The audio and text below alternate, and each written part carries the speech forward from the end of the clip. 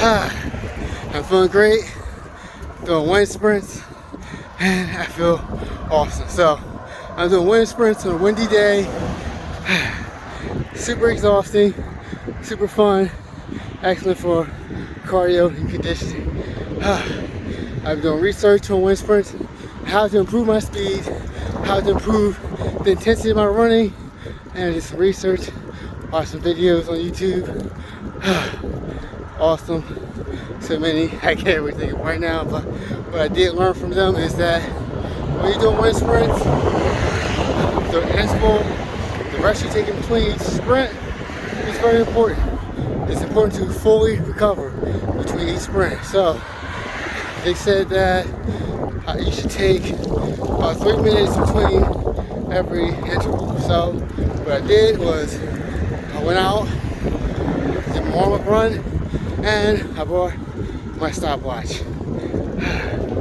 Stopwatches are very important, one of the most important things you need for training, and this is my best friend.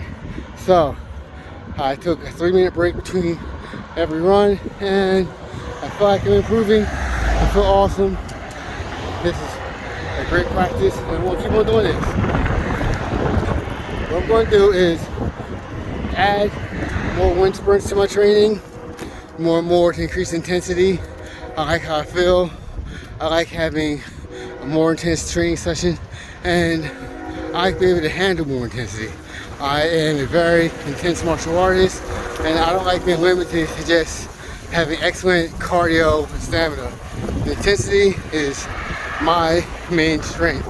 So I'm gonna increase my intensity of the training and just do the best I can. I love it.